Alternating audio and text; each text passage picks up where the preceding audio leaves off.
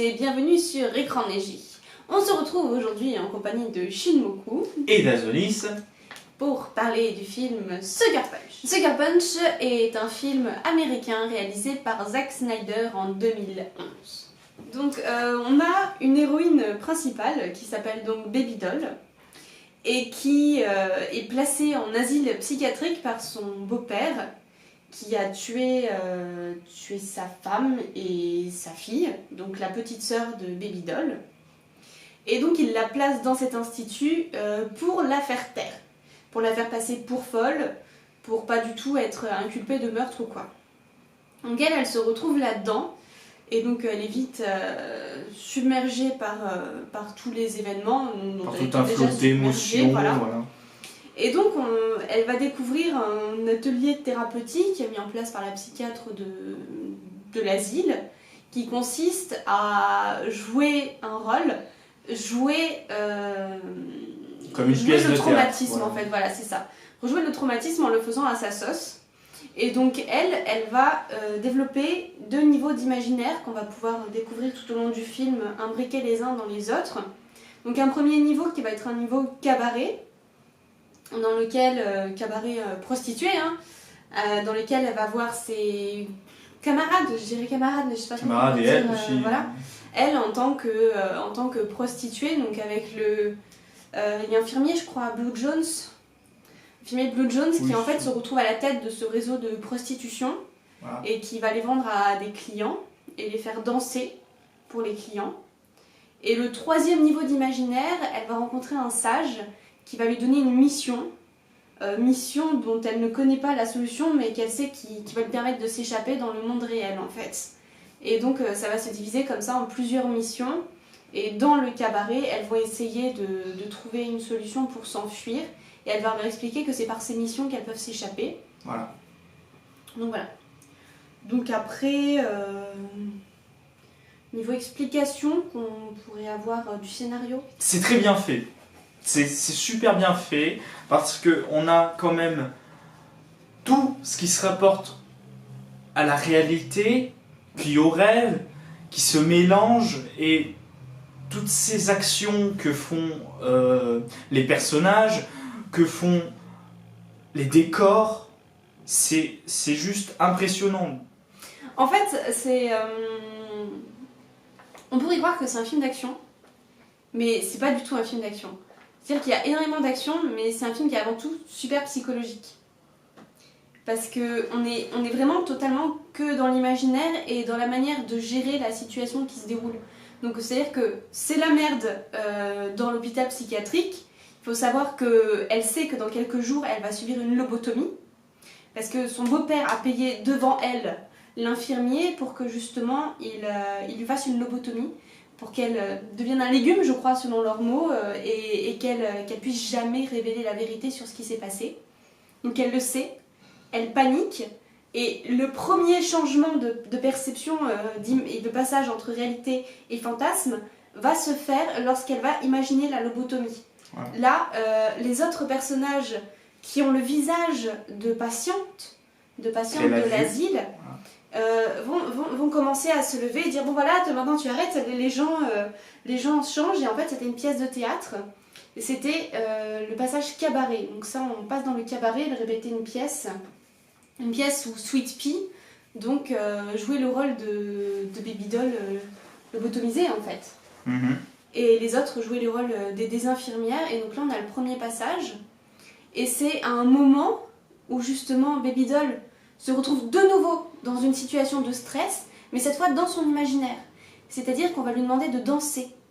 Pour s'évader. Oui, comme ça, devant toutes les autres. Et elle sait pas quoi faire, et elle est paumée. Et du coup, elle va repasser dans un niveau d'imaginaire supplémentaire pour faire face à ce nouveau stress, en fait. Pendant qu'elle danse. C'est ça. Et c'est là qu'elle arrive au sage et à la mission. Donc là, on est vraiment dans le gros film d'action. Autant au niveau cabaret, on est plutôt intrigue, thriller, parce que Blue Jones va essayer de découvrir ce que mijotent ces prostituées, et elles vont essayer de trouver des objets et tout pour s'échapper. autant dans le monde imaginaire, vous avez droit à des monstres qui font... Qui font 2 mètres de haut, enfin voire même plus. Ouais. Vous avez droit à des zombies, vous avez droit à des bombes. Oui, à des trains qui explosent. Voilà, tout ça. c'est le gros film d'action à ce niveau-là, mais c'est pas un film d'action totalement no brain. Hein. Oui. Oui, il y a toujours un but. C'est ça, c'est complètement ça. C'est vraiment, vraiment fantastique dans le fait, en tout point. En tout point, c'est complètement fantastique. On a de l'action, on a du rêve, on a beaucoup de psychologie, même si on la voit pas vraiment à certains passages, parce que voilà, il faut de l'audimat. En fait, ouais, la psychologie dans ces passages-là, elle est sous-jacente. C'est-à-dire qu'on a des gros trucs, par exemple, grosse scène d'action. On va en profiter pour faire une interprétation du scénario. On a Sweet Pea, en fait, qui a une petite sœur. La petite sœur, elle s'appelle Roquette. Et donc, ça, c'est strictement personnel. Vous avez 15 000 théories différentes sur ce film. Ça, c'est vraiment très personnel, on est d'accord dessus. Mais c'est notre interprétation. Il n'y a pas d'interprétation officielle du film. C'est-à-dire que, pour nous, Sweet Pea, c'est elle, en fait. C'est Baby Doll. C'est sa raison. Ouais, c'est sa raison, c'est son esprit, son côté raisonnable, droit, Sweet Pea qui dit mais c'est totalement insensé, vous êtes folle, vous allez nous faire prendre, on va jamais s'en sortir, essayez pas de vous échapper, et puis voilà. Et à un moment, Sweet Pea rappelle à Roquette, sa petite sœur, que c'est elle qui s'enfuit, que si elle se retrouve dans cette merde dans laquelle elle est au cabaret, c'est parce que Roquette s'est enfuie et qu'elle l'a suivi de la maison pour aller avec elle. Or, on sait depuis le début que Baby Doll a une petite sœur qui est morte.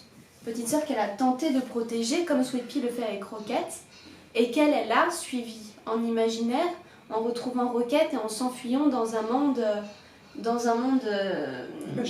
imaginaire, voilà, fantasmé.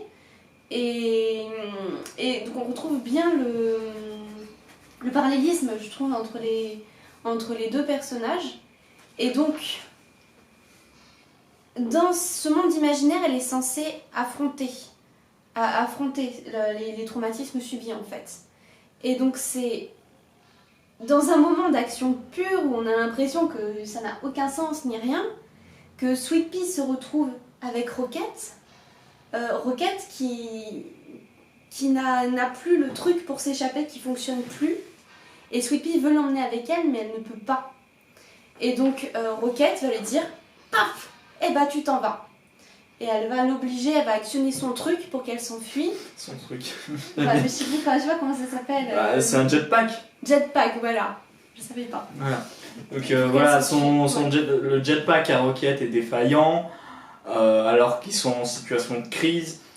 Et Roquette se sacrifie en quelque sorte. Elle veut pas partir parce que justement elle peut plus. Et donc Roquette va les laisser s'enfuir. C'est ce qu'interprète dans le monde imaginaire de Baby Doll. Tu vois, et de toute façon, d'un peu toutes les filles. Parce qu'on a cette espèce d'ambiguïté quand à certaines scènes où certaines répliques sont reprises, enfin sont continuées dans certaines scènes dans le rêve et dans la première et dans le premier fantasme. Oui, c'est très compliqué. Et vas-y. Bah parce que justement, c'est ça, c'est justement la mort. C'est la mort de sa sœur qu'elle reprend dans ce deuxième monde, qu'elle arrive à reprendre, mais qu'elle ne peut se représenter que sous cette forme-là en fait. Et que c'était son seul moyen. Et c'est pour ça que nous on pense que... Enfin pas que pour ça, justement parce que la suite va vous dire, mais c'est une des interprétations possibles parce que justement du coup elle revit. Elle revit mais à sa manière en modifiant les choses parce que affronter la réalité comme ça de face, c'est juste pas possible. Oui, c'est pour ça qu'elle a besoin de plusieurs niveaux d'imaginaire pour s'évader, et encore s'évader, parce que il y a un niveau d'imaginaire où on essaye d'échapper à la réalité et tout ça, donc on la modifie. Mais on se rend compte que dans ce monde imaginaire, elle est modifiée, ou peut-être pas, on s'en rend pas compte, mais même si elle est modifiée, elle est quand même horrible. Donc on a besoin d'un autre appui, donc d'un autre imaginaire, pour encore plus modifier la chose. Voilà, et supporter le traumatisme. Ouais. Donc voilà. Donc ensuite tu parlais des autres personnages. Donc dans les camarades de Baby Doll qui l'accompagnent à la fois dans le monde du cabaret et dans le monde des gros méchants, on va dire, dans le deuxième monde, en fait, on va avoir deux autres personnages, donc qui sont Blondie et Amber. Donc là, Blondie et Amber, il faut qu'elles aient un sens par rapport à Baby Doll dans le monde réel, parce que sinon elles les auraient pas emmenées. Sinon elles ne servent à rien. Voilà, sinon elles les auraient pas emmenées avec elles pour les appuyer. Alors si on prend Blondie, Blondie, elle trahit tout le monde. Elle va voir Blue Jones et elle lui dit bah voilà, elles ont tenté un plan pour s'échapper, donc elles vont essayer de vous le faire en douce. Donc Blue Jones arrive et dit voilà, et dit aux autres et bah heureusement que votre chère amie Blondie m'a dit ce que vous comptiez faire, et donc il fait tout tomber en morceaux. Et donc Blondie, c'est pour moi la vérité. C'est pour moi. C'est Applejack. Oui, c'est ça, c'est Applejack dans My Little Pony. C'est Applejack, c'est-à-dire qu'elle va aller direct, c'est la vérité. Et comme par hasard, elle se fait tuer par Blue Jones. Elle est réduite à néant par le proxénète. Donc par le méchant infirmier qui va faire venir le high roller qui est censé lobotomiser Baby Doll. Donc c'est lui qui va réduire ses espoirs à néant, donc en anéantissant ses espoirs. Oui, des espoirs, mais surtout la vérité qu'elle peut plus voir en face en fait. Qu'elle peut plus accepter. Elle meurt. C'est pour ça.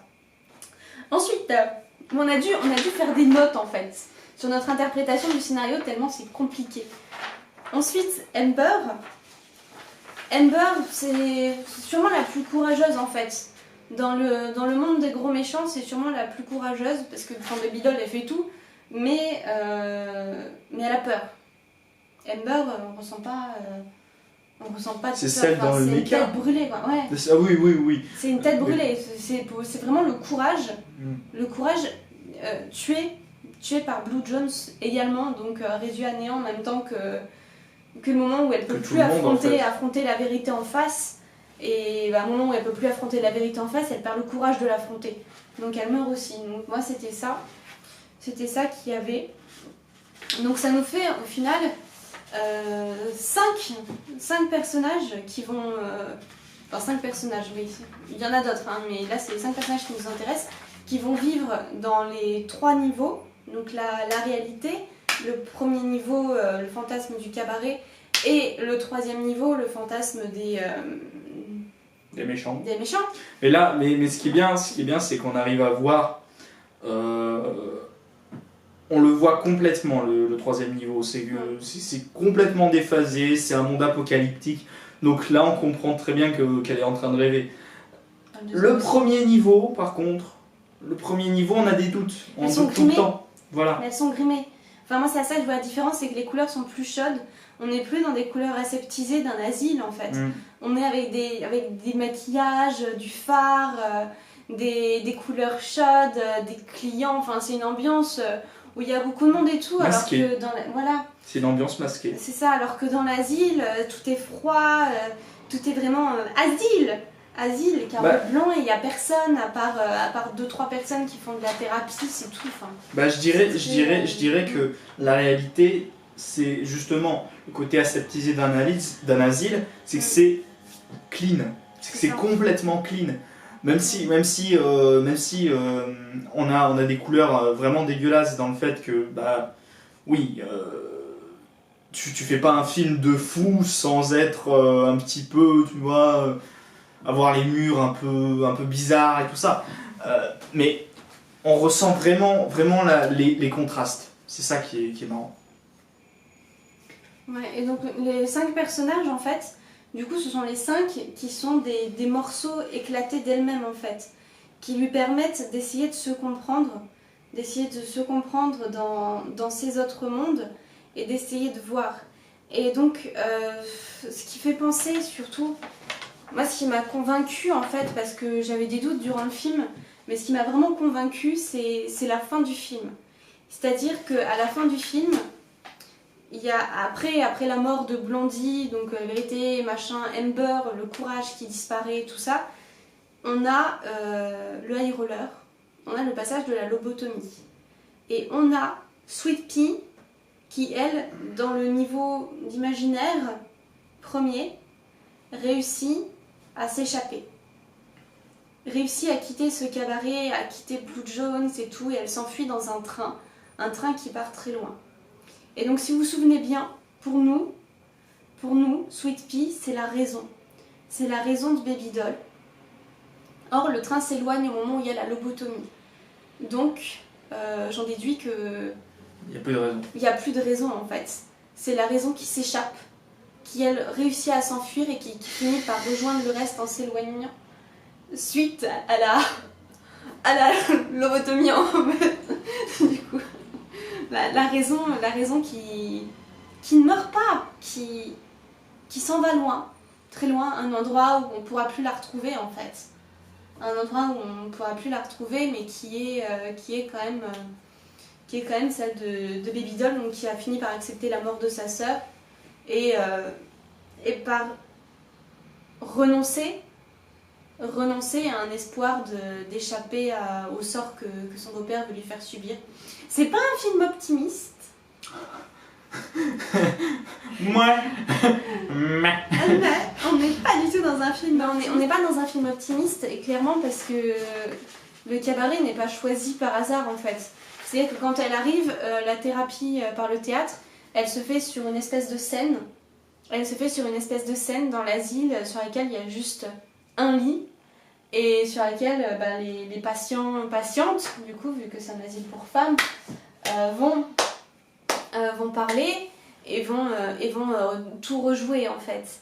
Et là, oui, mais il n'y a pas que ça, il n'y a pas que la scène du théâtre. Enfin, elle n'a pas choisi le cabaret et la prostitution pour rien. La prostitution, c'est surtout... pour moi, la prostitution, je pense que c'est surtout pour le fait que tout se fait au départ au nom de l'argent. Parce que la transaction avec le beau-père et Blue Jones se fait quand même sur on vend encore comme de la marchandise quoi. Elle est comme de la marchandise et puis son nom quand même Baby Doll, c'est pas choisi pour rien non plus. Voilà. C'est pas son vrai nom hein. Voilà.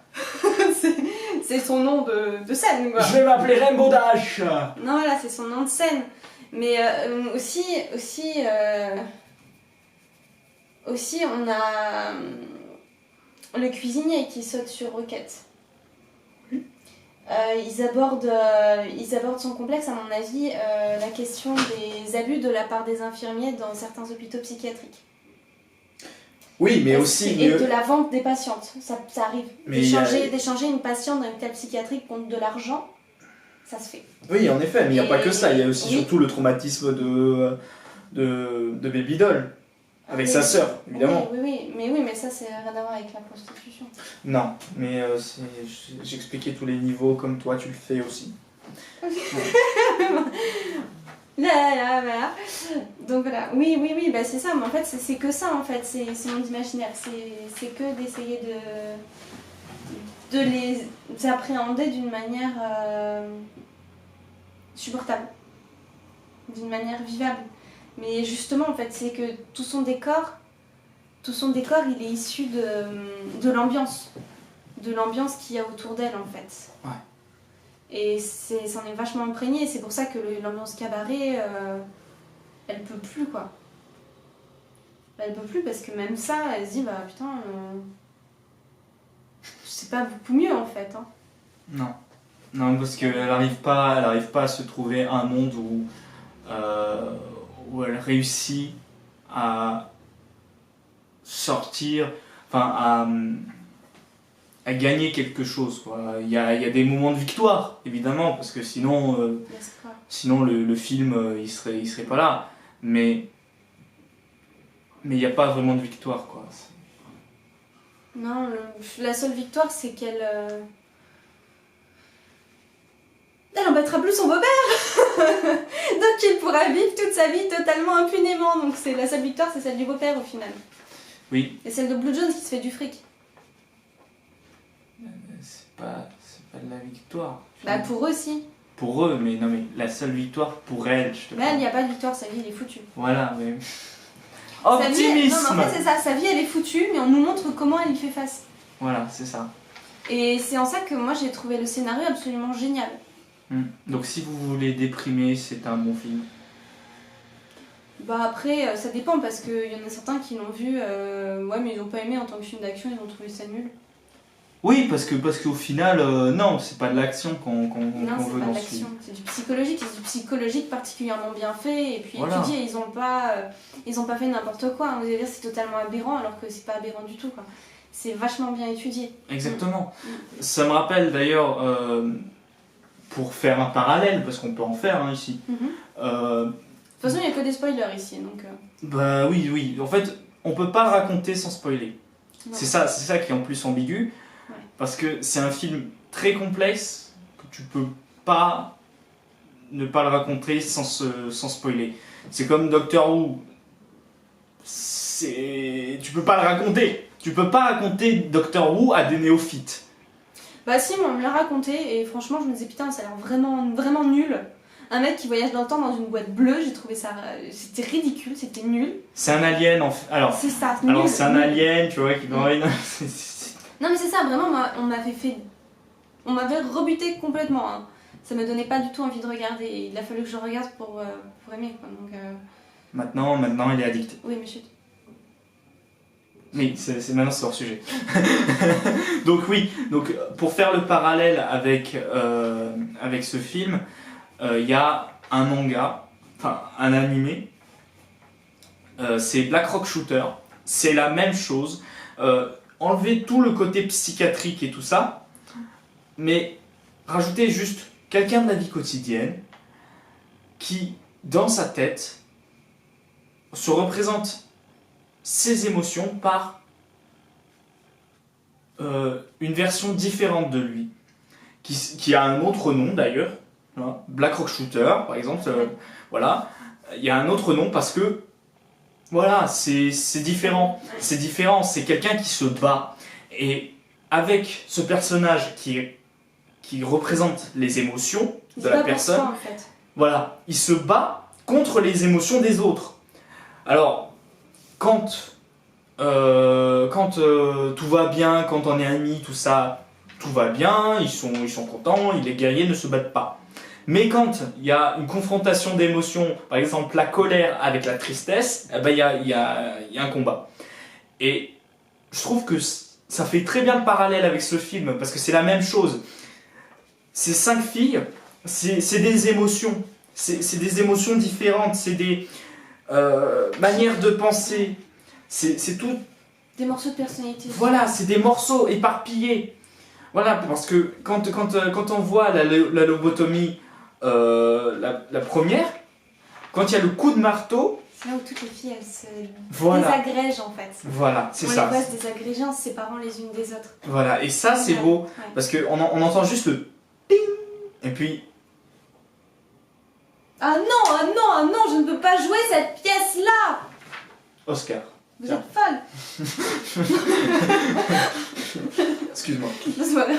Enfin voilà quoi, c'est quand même fantastique, toutes ces images qu'ils arrivent à nous faire véhiculer, c'est beau, c'est tout simplement beau. Je vais faire un parallèle moi aussi, tant qu'on est dans les parallèles. Parallèle mais cette fois jeux vidéo. Mhm. Alice Madness Returns, Oui.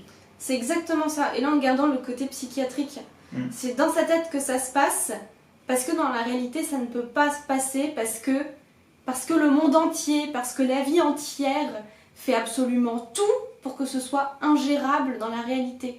Et là, du coup, elle va dans le monde... le monde des... Donc, oui, enfin c'est ça, c'est exactement la même manière. Et puis là, pareil, on a le passage de réalité, monde imaginaire, réalité, monde Tu imaginaire. continues, hein. Et comment ça se gère en fait. Là, j'y peux rien, c'est pas ma faute. Voilà. Donc oui, Alice Madness Returns, c'est complètement ça. À part peut-être, bien sûr, tous ces mondes, parce que Là, il y a qu'un monde. elle a aucune merveille. Voilà, c'est ça. Alice, Mais on a... c'est l'équivalent, parce que son pays des merveilles, il y a des monstres hein, quand même. Hein. Oui, Il y a des gros monstres. Hein.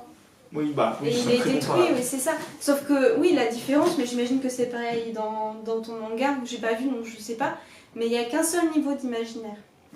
Voilà, c'est ça, il n'y a qu'un seul niveau d'imaginaire, mais bon... Ouais. Alors que là, Sucker Punch, ils ont vraiment pris le parti de dire ah bah, le monde imaginaire aussi, ça peut être tellement ingérable qu'on en a besoin d'un autre. C'est pas Inception. Ça n'a Non. rien à voir avec Inception. Il y a des gens qui comparent ça à Inception. Oui, parce que le rêve dans le rêve, mais... Ah mais c'est non. pas un rêve. Non, c'est pas un rêve parce qu'elle dort pas, c'est un fantasme, c'est éveillé. C'est dans sa tête, c'est un rêve lucide. ça se passe en même temps. C'est-à-dire que elle, on le voit pas parce qu'ils peuvent pas nous le montrer dans un film, c'est impossible, mais elle vit sa vie normalement dans l'asile, pendant qu'en même temps, dans sa tête, il y a les deux autres niveaux qui se jouent en même temps. Ça se joue en même temps. Hein. Le moment où elle voit la clé dans le monde réel. Je vais prendre la carte. Le moment où elle voit la carte dans le monde imaginaire. Dans le monde réel. Le moment où elle voit la carte. Le moment où dans le cabaret, elle dit il faut que tu ailles dans le bureau de Blue pour voler la carte. Et le moment où elles sont dans les tranchées pour voler la carte des Allemands, ça se passe en même temps. Tout ça, c'est en même temps. C'est en une dans sa fraction tête de en même seconde. temps. Voilà, ça dure, je dirais pas une seconde, mais Non, mais ça dure quelques minutes le et temps de la c'est dans danse, sa voilà. tête en même temps en fait. C'est dans le monde réel, on est dans le monde réel, mais on est dans son esprit et aux deux niveaux de son esprit en fait. Et c'est ça qui est génial. C'est ça qui est vachement bien fait. Oui, et puis prendre la danse comme appui, c'est plutôt intelligent parce que on trouve souvent le refuge dans des activités comme la danse, comme, je ne sais pas, le sport, le tennis, pour plein de choses. Mais dans la réalité, elle danse pas. En fait. Ouais. Si. Non, c'est dans le cabaret. Ah non, oui, dans la réalité, C'est elle dans le danse cabaret. pas. Mais justement, c'est pour ça qu'on a cette ambiguïté. Par contre, dans la réalité, elle astique le sol, elle nettoie. Elle nettoie. Voilà. Et Donc c'est elle pour fait ça. des mouvements. Donc les mouvements, ça peut s'apparenter à une danse dans son esprit au niveau du monde. C'est pour ça qu'on a une ambiguïté dans le fait que elle danse ou dans le monde réel ou dans la première ou dans le rêve. C'est pour ça. Je trouve pas ça ambigu, moi. Non, moi je trouve ça ambigu dans le sens où elle s'évade dans le rêve Oui. alors qu'elle y est déjà. Et c'est pour ça que c'est compliqué ce film. Ouais, c'est compliqué en fait. Faut vraiment visualiser les différents niveaux et savoir à quoi ils correspondent. Et je trouve qu'ils l'ont bien fait. Hein. C'est extrêmement dur à faire montrer. À mettre en scène. C'est extrêmement dur à mettre en scène. Mais ils ont réussi à le faire. Ça aurait pu être très brouillon, ça aurait pu être totalement incompréhensible. Là, ça laisse juste place à l'interprétation. Oui. C'est très bon. Mais ça laisse place à l'interprétation dans le sens où, à la fin du film, t'es content. Oui. Tu t'en contentes. Parce que y a des animations, il y a des films, des courts-métrages où on peut être sur notre faim, où on se dit, où les scénaristes nous disent oui mais c'est interprétation. Oui mais il nous manque quelque chose. Là il nous manque rien. Là, il manque rien. Il y a tout. On a tout, ouais. Voilà. Donc ça, c'est pour le scénario, donc vous l'aurez compris. C'est pour tout. On est d'accord. C'est super. Bande son, moi je voudrais parler de la bande son. Ah bon sang, oui. Je voudrais parler de la bande son, elle est trop bien. Elle est trop bien la bande son. Franchement, on a deux chansons. Moi j'aime beaucoup. Je crois qu'elles sont interprétées par l'actrice d'ailleurs. Par l'actrice. Je n'ai pas son petit nom. Mais j'ai pas noté le nom de tous les acteurs non plus. J'ai noté le nom de tous les personnages, c'est déjà pas mal. On a deux chansons qui sont, je crois, interprétées par l'actrice principale, qui sont juste trop bien. Alors, Army of Me, je ne sais pas, tu remplaces la feuille, je ne sais pas, mais elle reste droit comme la feuille, voilà. Alors, je ne sais pas, Army of Me, si c'est une chanson originale créée pour le truc ou si c'est une reprise et tout, mais ça mène le combat et tout, et franchement, ça rend vachement bien parce que You Meet, c'est pas, je crois que ça a été créé pour. You Meet an Army of Me. Je sais pas si vous voyez où je veux en venir. An Army of Me. Une armée de moi. Une armée de moi, 5 mois. Babydoll, Sweet Pea, Rocket, Blondie, Amber. Tu rencontres une armée de moi. C'est ce qu'elle dit aux méchants. C'est ce qu'elle chante aux méchants en fait. Non, salaud. Si, mais faut le dire. Mais il faut le dire. C'est pas rien quand même. C'est vachement bien vu. C'est vachement bien vu. Oui, mais... Voilà, donc ça c'était pour l'aparté. Et putain, la bande son, Si ça tu va veux, trop bien avec le scénario. Si tu veux, je te ressors la planète au trésor où il y a Hallyday qui fait un homme libre hein, aussi. Hein. Dans les cités d'or. Oui, aussi. Bref, voilà. Et donc aussi on a une reprise de Sweet Dreams. Moi j'ai trouvé ça très très joli. Et puis en plus le Sweet Dreams, fantasme, rêve, machin. En fait, on nous donne les clés de l'interprétation. Donc des personnages très développés, une bande son que j'ai trouvé trop bien. En plus il y a de la neige. Il y a de la neige dans le troisième monde. C'est tout ce qui manquait à ce film pour être parfait et il est là. Et il y a un dragon, et il y a un bébé dragon, et il y a des sabres et tout, et il y a des nazis zombies. Merci beaucoup d'avoir suivi Écran Neigé Voilà. tout le long Le jeu de cet Le épisode. jeu d'acteur est vachement bien aussi. Donc nous allons vous Allez voir ce laisser. film, c'est pas de la merde contrairement à ce qu'on À dit. bientôt. C'est trop bien.